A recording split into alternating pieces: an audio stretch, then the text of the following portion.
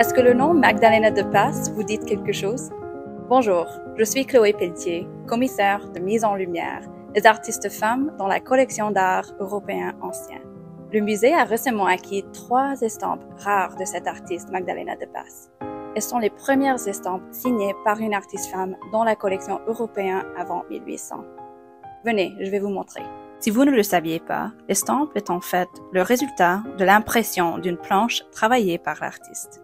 Pour ces gravures, Magdalena a gravé chaque ligne dans une planche en métal, avec un burin. Magdalena de Passe est une enfant prodigée, née en 1600 dans une famille d'artistes à Cologne.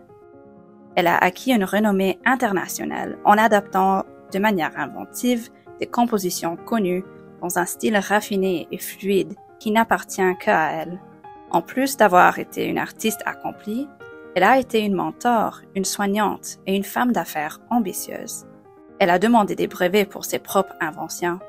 Allons examiner de plus près une de ses estampes. Ici, elle reproduit fidèlement une composition originale de Paul Brill, qui représente une étable en haut d'un rocher avec un village en contrebas.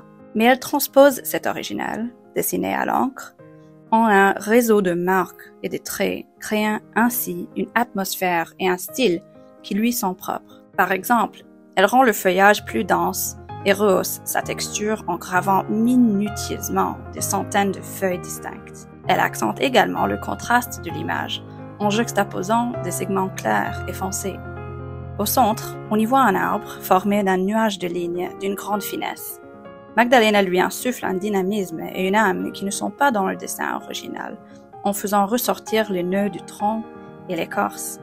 Il est beaucoup plus difficile d'obtenir de tels effets de tonalité en gravure qu'en dessin ou en peinture. Ici, en effet, l'artiste fait preuve d'une grande maîtrise du burin pour graver des traits présentant de subtiles variations de largeur et de profondeur.